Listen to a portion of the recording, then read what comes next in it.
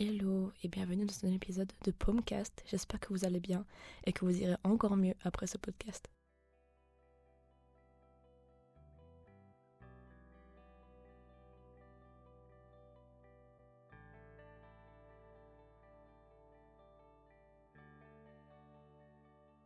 Aujourd'hui, on va parler d'un sujet que je trouve particulièrement adapté pour cette période de l'année qui est décembre et les examens. Donc on va parler principalement de l'anxiété du quotidien et le fait qu'on recherche toujours à mettre du sens dans ce qu'on fait, surtout qu'on arrive à la fin d'une période, comme par exemple décembre, la fin de l'année ou même les examens. En fait, tout a commencé parce que j'ai posé une simple question à mon entourage, à mes amis, et qu'est-ce qui occupe ta tête en ce moment ?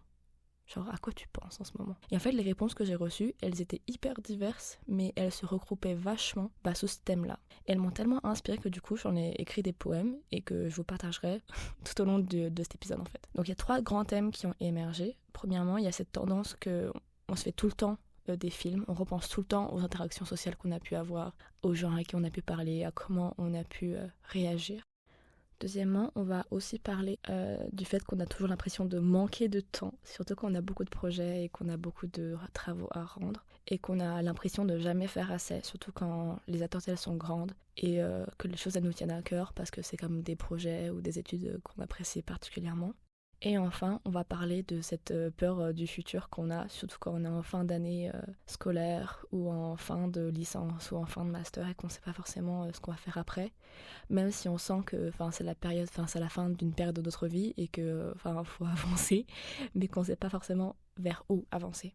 Et donc même si toutes ces préoccupations, elles sont hyper différentes, elles viennent d'une réalité qui est quand même hyper liée. Elles reflètent un peu nos inquiétudes du quotidien, nos doutes, nos désirs. Elles sont vachement humaines et c'est pour ça que je décide d'en parler.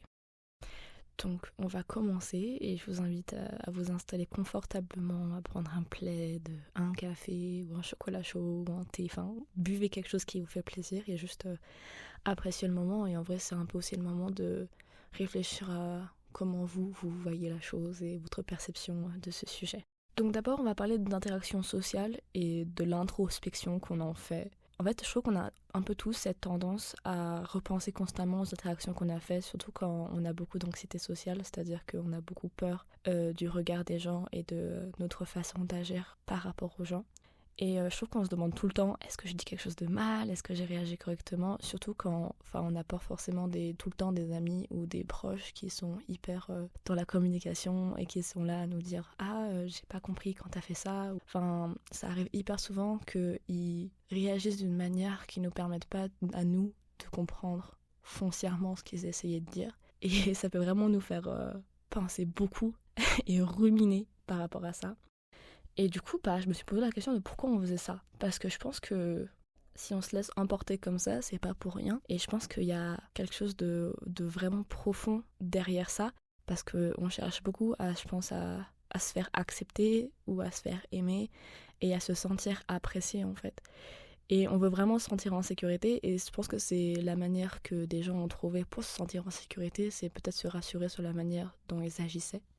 Je pense que les personnes qui ruminent beaucoup et qui se posent beaucoup de questions et s'interrogent beaucoup sur comment ils agissent avec les gens. Je pense qu'on peut aussi un peu les appeler les people pleasers. C'est les personnes qui essaient de parler et de se comporter pour essayer de satisfaire les besoins des autres plutôt que les leurs. On remercie Internet. Et je trouve que c'est quelque chose qu'on retrouve beaucoup chez les gens qui ruminent et c'est compliqué de se libérer de l'un sans se libérer de l'autre. Ce qui fait que sans s'en rendre compte, quand tu essayes de faire plaisir à quelqu'un, tu changes ton comportement et tu vas vachement réfléchir à la manière dont tu as agi. Parce que même toi, t'es pas forcément content de la manière dont tu as agi parce que ça te ressemble pas. Personnellement, moi, quand j'agis comme ça, quand je change ma manière d'agir en fonction des personnes, ça me fait beaucoup réfléchir sur la personne que je suis. Si ça correspond vraiment à la personne que j'ai envie d'être avec ces personnes-là, si j'ai envie d'être honnête avec elles, si j'ai envie de construire une amitié, c'est hyper compliqué de sortir de ces patterns-là et de se montrer pour de vrai. Je pense que plus t'agis en fonction de ta personnalité et que t'essayes d'être le plus toi-même, moins tu vas penser à comment les gens ils vont penser de toi. Je sais pas si c'est clair. Moins t'essayes d'être un people pleaser, donc plus tu essayes d'être toi-même, moins tu vas réfléchir à comment tu as pu agir par le passé. Je pense que, en tout cas moi c'est la vision que j'ai, c'est que quand t'essayes d'être le plus toi-même, en tout cas dans un environnement qui est quand même assez sain, moins tu penses à comment t'as pu agir, moins tu penses que peut-être non, j'ai été trop froide, non, j'ai pas dit s'il te plaît, etc. Moins tu te poses pas ces questions-là parce que tu sais que l'environnement dans lequel tu es, il est assez sain pour que t'aies pas besoin de te poser ces questions-là. Parce que t'agis naturellement en fait et personne t'en voudra jamais. Mais dans tous les cas, avoir ces pensées-là et repenser à ce qu'on a pu dire et sentir que c'est pas bon pour toi, en tout cas, ça peut vraiment avoir un effet hyper malsain sur ton bien-être mental. Ça peut te rendre hyper anxieux, te faire douter de toi, et ça peut vraiment t'empêcher de profiter pleinement du moment présent avec tes amis. Et par exemple, t'es à table, tu te rends compte que t'apprécies pas forcément comment t'as pu agir. Tu vas beaucoup te refermer et c'est ni bon pour toi, ni pour tes relations, ni pour le moment présent. Du coup, comment on fait pour sortir de ces patterns-là et arrêter d'y penser? En vrai, ça fait être un peu bateau, mais faut essayer d'être en pleine conscience. Voilà, on dit des grands mots ici. Mais en fait, dès que je réfléchis trop, que je repense à toutes les interactions que j'ai pu avoir, de comment les gens ils ont pu réagir par rapport à ça, à ce que peut-être ils pensent actuellement de moi, peut-être qu'ils m'aiment plus, etc. Bref, quand ça commence à aller un peu loin, j'essaye de genre zoom out, de regarder le tableau en entier et faire ok, ça n'a pas d'importance ici, c'était genre 2 secondes, c'est pas important. Et selon moi, si c'était vraiment si important que ça, si ça reste en moi, que c'est quelque chose auquel je repense, la meilleure chose à faire pour ne plus y penser, c'est demander en fait. C'est vraiment communiquer par rapport à ça, c'est demander. C'est un peu dire aux gens, est-ce que tu me permets d'arrêter d'y penser? Genre, est-ce que tu me permets de me laisser tranquille pour ne pas y penser? Parce qu'en fait, ça peut être vraiment destructeur et ça peut même faire que ta relation avec la personne, elle sera plus la même parce que tu penseras que cette personne pense ça de toi. Je sais pas si c'est clair, mais tu peux grave imaginer que ton ami a une mauvaise opinion de toi, alors qu'en fait pas du tout, et qu'elle n'a pas du tout réagi de cette manière-là, et qu'elle n'y pense rien en fait, elle pense pas du tout à ce qui s'est passé, elle a pas du tout pensé que passe-moi le sel c'était méchante de ta part ou quoi que ce soit quoi. Donc vraiment regarder l'entièreté du tableau et voir qu'en fait ce moment-là n'était absolument pas important et te dire qu'en fait ouais, si ça reste en moi, si demain j'y pense toujours, bah je vais envoyer un message, je vais faire écoute, bah hier je t'ai parlé comme ça et ça m'a blessée, etc. En fait c'est tellement simple et ça te libère d'une manière que je pense un peu insoupçonnée. Personne ne pense qu'en fait ça peut autant te libérer de juste pas y penser et d'un peu externaliser cette pensée-là. Parce que du coup c'est plus la tienne. Tu prends ça un peu comme quelque chose d'objectif. Peut-être que ça l'a blessée, bah je vais lui demander. Et la réponse, elle arrivera en 3 secondes en fait. Dans les yeux d'un ami, l'expression d'une affection peu mesurée a chuchoté, comme cette fois de ce sourire trop gaucher que je n'ai pas su accepter. Ce cœur déjà bien rempli sculpte ses boiseries. Je n'y crois plus, je n'y vois plus. Suis-je sûre d'être dans le bon tiroir? Mon placard s'ouvre, se renverse, se racontant des fables que j'aurais préféré oublier. Le bois craquelé caille sous les couches de peinture qui débordent. Peut-être n'était-ce qu'un regard, mais ce placard doit être réparé, parce qu'à quoi s'en libérer? En fin de compte, le plus important, c'est de reconnaître que ces pensées sont hyper normales et qu'il est hyper important de ne pas les laisser prendre le contrôle de votre cerveau. En fait, en apprenant à gérer ces tendances et ces pensées, c'est vraiment la meilleure manière de se libérer de ce poids-là et de vivre pleinement les événements qu'on a, les moments de vie, les discussions entre amis tard le soir. Enfin, c'est la meilleure manière de se libérer d'un poids et de profiter en fait. Du coup, on va passer au deuxième sujet qui est sous le grand sujet qui est l'anxiété quotidienne et la quête de sens, qui est le fait d'être toujours dans la pression du temps et dans le perfectionnisme et qu'on a l'impression tout le temps de manquer de temps, de pas faire les choses correctement et de sentir que si on se loupe, c'est la fin du monde parce que ça nous tient énormément à cœur. Donc pour commencer, pourquoi on a l'impression de manquer toujours de temps alors qu'en soi, on a quand même pas mal de temps dans une semaine. Enfin, même si on a des cours, même si on a des activités, même si on dort, on arrive toujours à trouver du temps pour faire des choses. Je trouve qu'il y a vraiment une différence entre avoir le temps et prendre le temps. Parce qu'en soi, on a toujours du temps, mais ça dépend de si on veut le prendre ou pas. Enfin, franchement, c'est une phrase que ma mère m'a toujours dit quand j'étais petite, mais je trouve qu'elle est hyper vraie, surtout à notre âge, où il faut prendre des décisions entre sortir ou réviser, louper un cours pour réviser ou aller au cours pour apprendre. Enfin, c'est des décisions qui impactent vraiment la manière dont on réfléchit, surtout quand on a l'impression de ne pas avoir assez de temps. Je pense que les gens, ils pensent qu'ils n'ont pas assez de temps pour deux raisons. Soit parce qu'il y a trop d'obligations, trop de tâches à faire, trop de responsabilités, soit parce que tu as des objectifs qui sont trop ambitieux et tu as l'impression que tu ne pourras pas les atteindre parce que tu n'as pas les clés pour atteindre tes ambitions. Je pense qu'on n'a pas assez de temps selon nous, sans parler de avoir le temps, pas prendre le temps, etc., à cause de ces deux choses, parce que tu as l'impression de devoir tout faire et hyper rapidement et de manière hyper efficace. C'est beaucoup d'hyper, mais en vrai c'est un peu la sensation de il y a trop de choses en fait. Et quand tu parviens pas à tout faire, tu te sens hyper coupable, tu as l'impression d'échouer, et du coup pour pas avoir l'impression d'échouer, tu vas pas les faire, et du coup t'as pas le temps de les faire parce que tu prends ton temps pour autre chose. C'est dans ce cadre-là que du coup je pense que la procrastination et le perfectionnisme sont hyper liés, parce que t'as tellement peur de faire quelque chose de mal que ça va t'empêcher de les faire parce que t'as trop peur d'échouer. Même si c'est un peu une phrase bateau et que tout le monde le sait en soi, la meilleure manière d'apprendre c'est d'échouer, mais c'est pas la plus confortable. C'est plus confortable de pas le faire et te dire je l'ai pas fait parce que j'ai manqué de temps et du coup ce n'est pas ma faute, je n'avais juste pas le temps et j'aurais pu faire quelque chose de beaucoup mieux si j'avais eu le temps. Alors qu'en fait c'est juste qu'on avait trop peur de pas réussir et de se décevoir soi-même mais aussi les autres.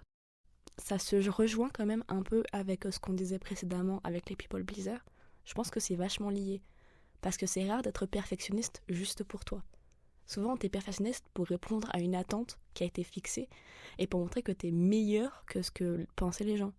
Du coup, tu te mets dans une position hyper irréaliste où tu te dis que si c'est pas parfait, c'est pas suffisant, donc pourquoi faire un truc insuffisant en te basant sur le fait que de base, ce que tu vas faire sera insuffisant. Du coup, tu le fais pas. En tout cas, moi, c'est la vision que j'en ai et j'espère que ça résonne un minimum avec vous, quoi. Je me souviens hyper bien des moments où j'ai pu passer des heures sur une tâche, juste pour la parfaire, la rendre hyper bien. Je sais pas, t'as un texte sur Google Doc, tu vas mettre des mots en gras, tu vas surligner des trucs, etc. Juste pour que ce soit hyper bien et irréprochable, alors qu'en fait, c'était pas vraiment nécessaire. T'auras pas une meilleure note par rapport à ça. Tu vas pas faire un meilleur projet parce que t'as quelques mots soulignés ou en gras, etc. Et du coup, tu te demandes vraiment si c'était la peine de passer autant de temps sur ce détail-là, si c'était juste, en fait, pas en soi, pas pour passer un autre moment sur quelque chose d'autre que tu avais à faire. Si tu passes autant de temps sur un détail parce que tu es perfectionniste, ou tu passes autant de temps sur un détail pour pas avoir à passer du temps sur autre chose qui serait plus important dans l'instant T. C'est-à-dire que tu vas prioriser un autre projet, quelque chose de moins important, alors que tu pourrais te concentrer sur ce qui est important et sur un projet qui attend sur le côté, etc.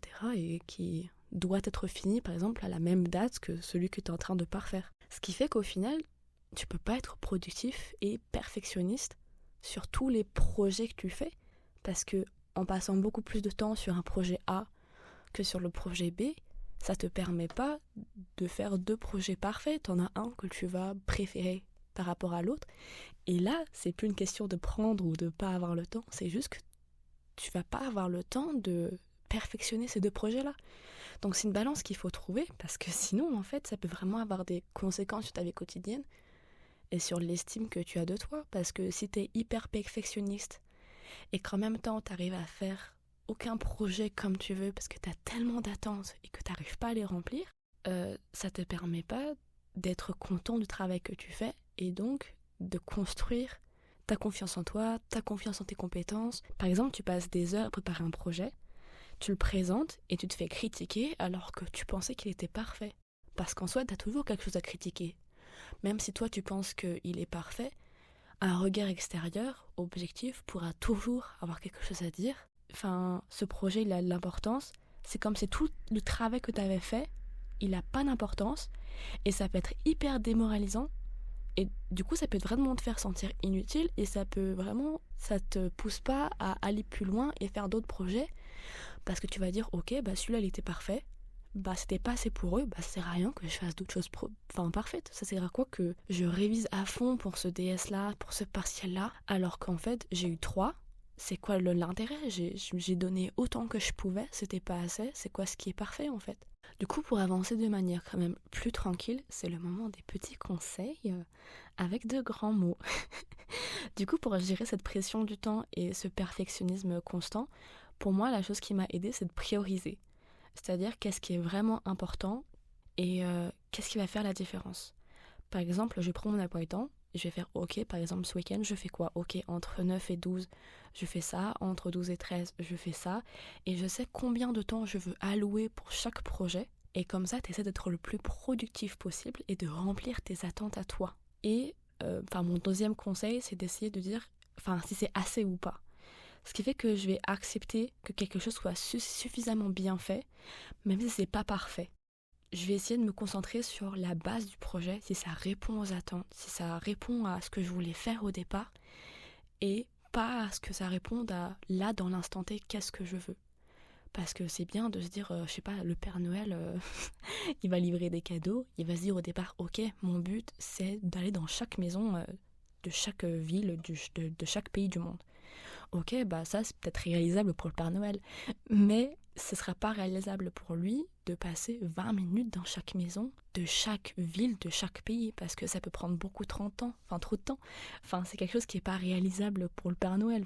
Là c'est un exemple peut-être pas le meilleur, parce qu'en soi le Père Noël ça peut être pas grand monde, mais c'est pour dire que même si tu penses que tu pourrais faire mieux, c'est bien de revenir aux bases de ce que tu voulais et pourquoi tu as fait ce projet-là. Bon, peut-être pour les projets où t'as pas le choix de les faire, c'est un peu compliqué de mettre ça en œuvre, mais ça peut être aussi revenir sur les attentes, par exemple, d'un professeur, de ton patron, c'était quoi les objectifs qu'ils ont fixés. En clair, lâche-toi la grappe. Franchement, te prends pas la tête, fais ce qui pour toi est le meilleur, sans tomber dans l'extrême, et repose-toi sur la base que tu avais. Parce que en essayant de faire le moins compliqué possible, tu vas rester le plus proche de l'essence que tu voulais amener et donc de la personne qui tu es. Si tu essaies de faire trop compliqué, que tu essaies de trop perfectionner ce que tu fais, ça va pas te permettre de rendre le projet qui te ressemble et pour lequel tu seras fier en fait. Bon là ça s'est défait ce matin. Je pense avoir le temps. J'ai vu les fils s'abandonner, n'être plus. Avec le temps, mon lacet ne peut-il pas rester? C'est encore une histoire de temps, je vous l'avouerai. Ne s'entendant plus au bruit des pas. De temps en temps, il s'attend, il m'observe. Mais quand mes yeux se referment, la sentence lourde résonne. J'ai voulu le prendre, le faire mien, mais je n'ai fait que le regretter. En fin de compte, il est assez crucial de trouver un équilibre entre tes désirs, de faire les choses bien, et la réalité de fait qu'on a du temps limité, surtout en tant qu'étudiant. Bon, entre trouver du temps, pas trouver le temps, avoir le temps, pas l'avoir, bref, tout ça. Il faut accepter l'imperfection et essayer de prioriser ce qui compte vraiment pour nous en essayant de réduire cette pression qu'on se met à soi-même et la pression que l'extérieur nous met, ou en tout cas ce qu'on permet. En vrai, parce que la pression extérieure, ça, on peut pas forcément la contrôler, mais on peut contrôler l'effet qu'elle a sur nous. Et en tout cas, essayer de vivre le plus sereinement possible, quoi. En tout cas, le premier sujet et le deuxième sujet, ils se rejoignent vachement et on a la même conclusion en soi. C'est d'essayer d'un peu de se lâcher la grappe avec nous-mêmes. Parce que tous ces sujets-là, ils sont vachement liés à nous-mêmes et à notre manière dont on a de les gérer en soi. Du coup, on va aborder le troisième thème, encore en lien cette fois-ci, qui est la peur du futur et l'incertitude qu'on a par rapport à ce dernier. Qu'est-ce qu'on fait après avoir fini une période, quoi? Qu'est-ce qu'on fait quand on sent que c'est la fin et que on sait pas quoi faire après, quoi? Et qu'on sait que la décision qu'on va prendre à la fin de cette période-là peut avoir des conséquences sur notre futur et notre avenir. Du coup, en fait, je pense que ce sujet, c'est un peu le sujet le plus universel qu'on peut avoir aujourd'hui, parce que c'est un sujet qui nous touche dès qu'on a 5 ans et jusqu'à la mort, en fait. Tous les choix qu'on va faire je pense qu'on a l'impression qu'ils vont avoir toujours du sens et qu'ils vont toujours avoir un impact même quand on a 80 ans. Du coup, on va essayer de voir comment on peut faire face à cet inconnu-là et comment on peut essayer de trouver du sens dans un monde qui est en constant changement et dans lequel on essaye de faire nos propres choix pour notre propre vie. Personnellement, si j'ai assez peur du futur, c'est pas parce que j'ai pas d'idée, parce qu'en soi, je pense qu'au fond de nous, on sait un peu toujours ce qu'on veut, mais je sais juste pas ce qui est le meilleur pour moi. En fait, c'est un peu comme si tu essayais d'optimiser le plus possible ta vie, tellement t'as l'impression de ne pas avoir de temps, et que du coup, t'essaies de faire les choix les plus optimistes, enfin les plus optimisés, pour pas avoir besoin de faire de chemin ou de prendre un petit chemin alors que tu pourrais arriver au même résultat bien plus rapidement. Donc on revient un peu dans le perfectionnisme où tu essaies de perfectionniser ta life en empruntant le chemin le plus rapide alors qu'on sait tous que le résultat, c'est pas la destination mais le voyage. Bref, en vrai, comment on s'en sort dans tout ça en fait ?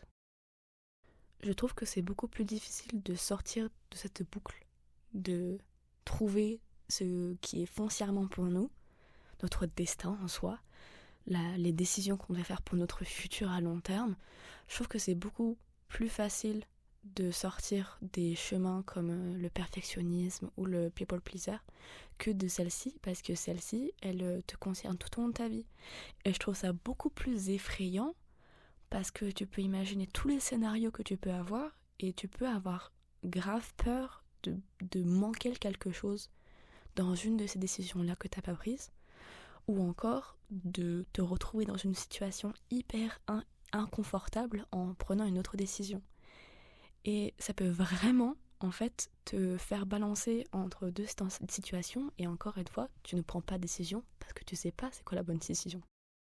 Et en plus, ce choix, il est beaucoup plus impactant pour toi mentalement quand tu arrives à la fin d'une période, que ce soit la fin de l'école en général, la fin des études supérieures, la fin d'un emploi, ou simplement la fin d'une étape de ta vie, par exemple la fin d'une relation amoureuse, d'une relation amicale.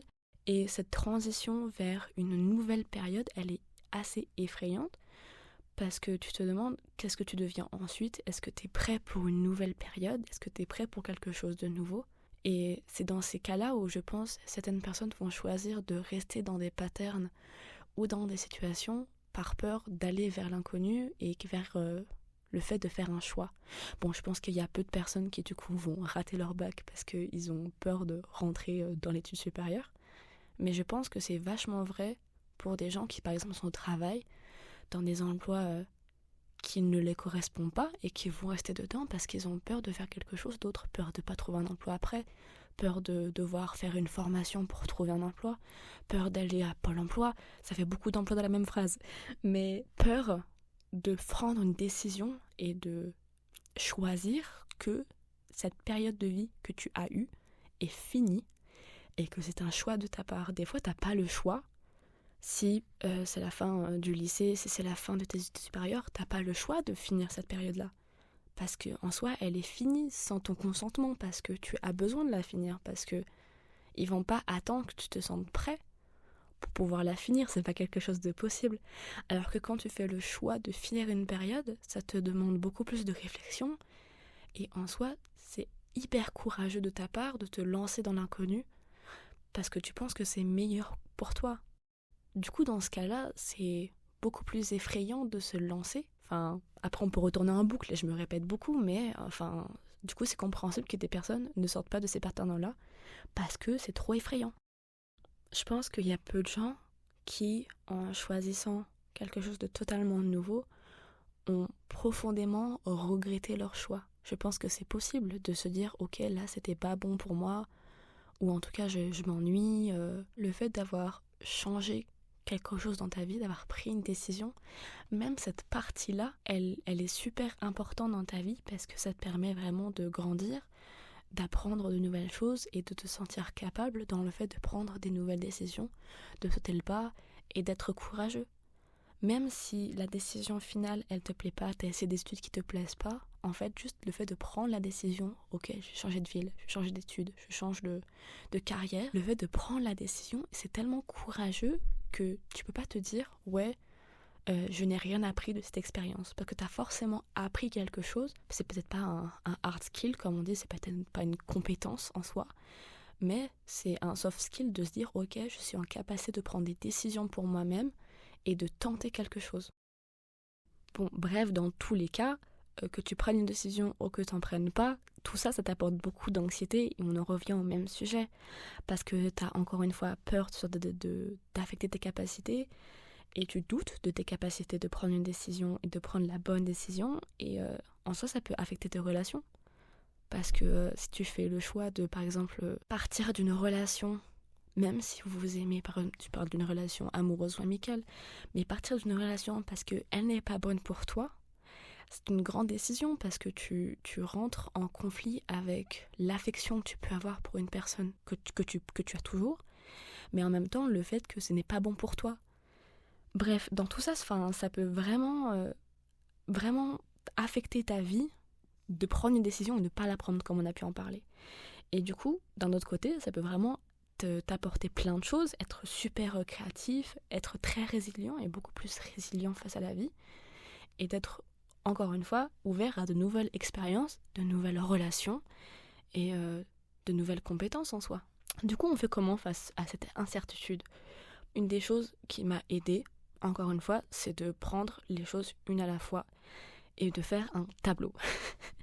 Peut-être que c'est peut-être un peu débile comme ça, mais j'aime beaucoup les tableaux et les listes. Voilà, c'est très pratique dans la vie. Et de mettre des coefficients. Franchement, c'est un truc que j'ai fait tout au long de ma vie pour les décisions qui m'ont paru importantes. C'est de dire, ok, qu'est-ce qui est important pour moi? Par exemple, je sais pas si je vais aller dans cette école-là ou dans cette école-là, ok. Bah, je vais faire une liste et je vais dire les critères qui sont importants pour moi. Bah, c'est important pour moi si je peux faire l'alternance, si elle est gratuite, si elle est proche de chez moi, si... Bref, je mets tous les critères et après je coefficiente si c'est très important pour moi ou pas assez. Si je dis ouais, c'est un petit peu important, je mets 1. Si c'est extrêmement important, je mets 5. Et en fait, très rapidement, tu vois qu'est-ce qui est important ou pas. Là où tu peux te perdre dans ce que tu veux, c'est la meilleure manière de savoir qu'est-ce qui, au fond de toi, est très important. Une autre manière de savoir qu'est-ce qui est important pour toi et qu'est-ce qui est un moins important, en fait, tu te poses la question, tu demandes à quelqu'un de prendre la décision pour toi, et tu vois si t'es content ou pas de la décision. En vrai, c'est un peu débile, mais en fait, c'est un peu la meilleure manière de voir si t'es content ou pas avec cette décision-là. Si tu te sens que genre ça te limite, bah pourquoi la prendre? Si tu penses que ouais, c'est mieux pour moi pour le futur et pas pour la personne à qui je suis maintenant, donc je vais la prendre même si elle me va pas maintenant. En fait, quel intérêt? Parce que peut-être que tu vas toujours être dans l'attente d'être cette personne future sans être la personne que tu es aujourd'hui et du coup accepter la décision maintenant. J'espère que ça fait sens, mais je trouve que c'est hyper réel pour plein de situations là où tu vas attendre beaucoup d'une décision en te disant que c'est bien pour le futur et que enfin, tu vas te monter la tête avec des pensées en disant ouais ça c'est bien etc. Alors qu'en fait c'est pas forcément c'est pas forcément ce que tu penses vraiment. Et donc laisser prendre la décision par quelqu'un, en fait c'est la meilleure manière de savoir si ça te convient ou pas. Parce que si c'est genre tu externalises encore une fois la décision, tu te rends compte si en fait tu veux bien que la personne choisisse ça pour toi. Par exemple, quand t'es enfant, t'aimes pas quand tes parents ils prennent une décision pour toi. Tu te dis bah non, c'est pas ce que je veux. Et en te remettant dans cette position de soumission et de parentalité, tu te rends compte très facilement qu'en fait ce n'est pas ce que tu veux. Parce que je pense que la décision que tu dois prendre, elle est instinctive. Tu l'as en toi. Et même si tu penses que tu ne sais pas et que t'as pas de décision et que en fait t'es un peu perdu, etc., ton cerveau il sait, hein. Peut-être qu'il n'est pas clair avec toi-même et qu'il y a des défauts de communication, etc. Mais en soi, la communication, elle est en toi, elle est claire. Et en te mettant dans cette position-là, la réponse, elle va t'apparaître comme si c'était pas logique en fait. Si c'était pas une réflexion mûrement réfléchie. Et c'est ça qui est intéressant et que ça peut être une des deux solutions que moi personnellement j'ai trouvées pour essayer de trouver des manières de prendre des décisions. Et en étant quelqu'un qui a beaucoup de mal à prendre des décisions, même aller à gauche ou à droite dans une rue, c'est déjà compliqué. C'est des manières qui me permettent de me poser et de réfléchir au fait de faire un choix. Je ne sais pas si le choix est la meilleure manière d'exprimer son opinion. Parfois, celui qui coupe son quignon a parfois eu plus de rancœur qu'il ne pourra jamais se l'avouer. Contre ce pain, contre ses trous mal proportionnés, contre ce petit doigt nouvellement balayé mal aimé, il se croyait plus malin. Mais aujourd'hui, il l'a laissé. Sur la planche à pain, il m'a laissé, maintenant, bien loin des miens. Je me dis parfois que le choix c'est mieux, quand ça ne me concerne pas. Pour conclure cette troisième partie, je pense que les problèmes qu'on a pu évoquer dans cette partie-là sont super humains et je pense que chaque humain sur Terre à un moment de sa vie va ou a déjà expérimenté en fait ces problèmes-là et la meilleure manière encore une fois de aller au-dessus de ces problèmes-là et de pas passer trop de temps sur ces questionnements, en fait c'est de les partager et de demander de l'aide. Et je galère avec ça, je ne sais pas prendre la décision, aide-moi. Et comme dans l'exemple que j'ai pu donner dans cette partie-là, en fait on se rend compte facilement si la décision que la personne nous apporte, elle nous aide ou pas. Parce que des fois, ça aide pas trop et ça correspond pas vraiment à notre expérience personnelle précise, mais ça peut faire apparaître quand même une réponse devant nos yeux. En bref, ce dont les gens y pensent en ce moment, et parfois constamment, c'est vraiment lié aux interactions sociales, à la pression du temps et au perfectionnisme en général, et en fait à la fin aussi à la peur du futur. Et tout ça, c'est hyper lié parce que toutes ces anxiétés, elles sont souvent liées à notre désir de contrôle, de perfectionnement et de se sentir en sécurité, autant avec nous-mêmes qu'avec les personnes extérieures. On se demande sans cesse si on fait les choses bien, si on est à la hauteur et si on est en fait prêt à ce qui va nous arriver par la suite. Mais en fait, comment on fait face à ces anxiétés en général ? Parce qu'en vrai, là, on en a parlé de 3 en général, mais selon moi, il faut essayer de faire vraiment un équilibre, trouver un équilibre en tout cas entre l'introspection, ce qu'on pense en nous, donc le fait d'avoir des pensées qui reviennent tout le temps, nos actions, les choix qu'on fait et les projections, c'est-à-dire l'idée qu'on se fait du futur proche ou lointain. L'introspection, vraiment, elle nous permet effectivement de comprendre nos pensées et nos émotions, là où l'action, elle va plutôt nous permettre de prendre des mesures concrètes sur ces émotions-là pour essayer de changer notre situation si elle ne nous convient pas effectivement. Et la projection, elle va plutôt nous aider à imaginer un avenir meilleur. Donc en soi, tous les 3, ils sont hyper utiles pour nous aider à nous améliorer de notre vie, à trouver une situation confortable et qui nous permet d'être quelqu'un de meilleur pour nous-mêmes. Mais en même temps, en fait, on peut se laisser emporter par l'une de ces 3 dimensions en laissant les autres derrière. Par exemple, si on est trop dans l'introspection, on peut être trop critique envers nous-mêmes, là où si tu prends trop d'actions sans réflexion, tu peux prendre des décisions hyper hâtives et ne pas te retrouver là où tu devrais être.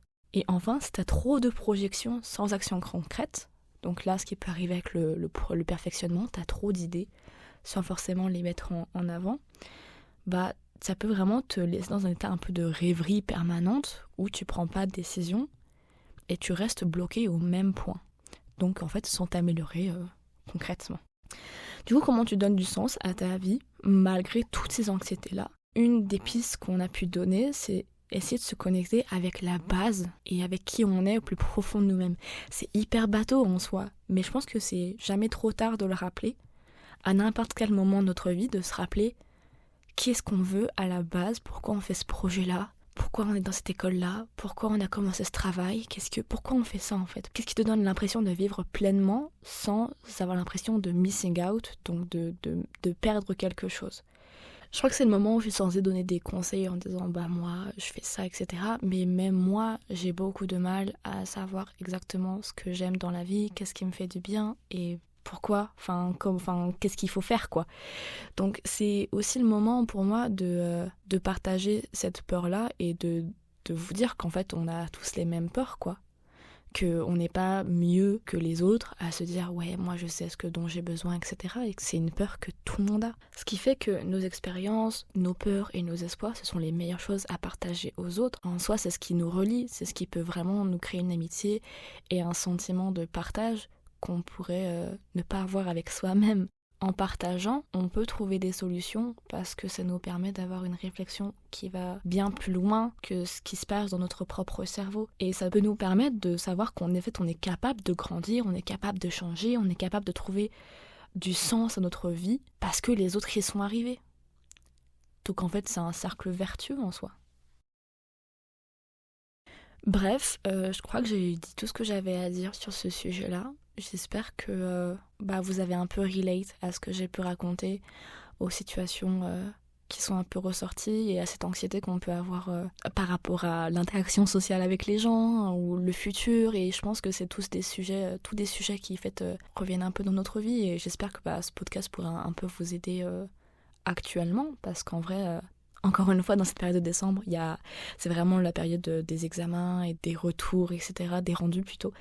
Et j'espère que du coup, ces histoires, mes petits poèmes et ces petites explications vous ont fait un peu réfléchir sur votre situation actuelle et vous ont fait un peu sentir moins bien.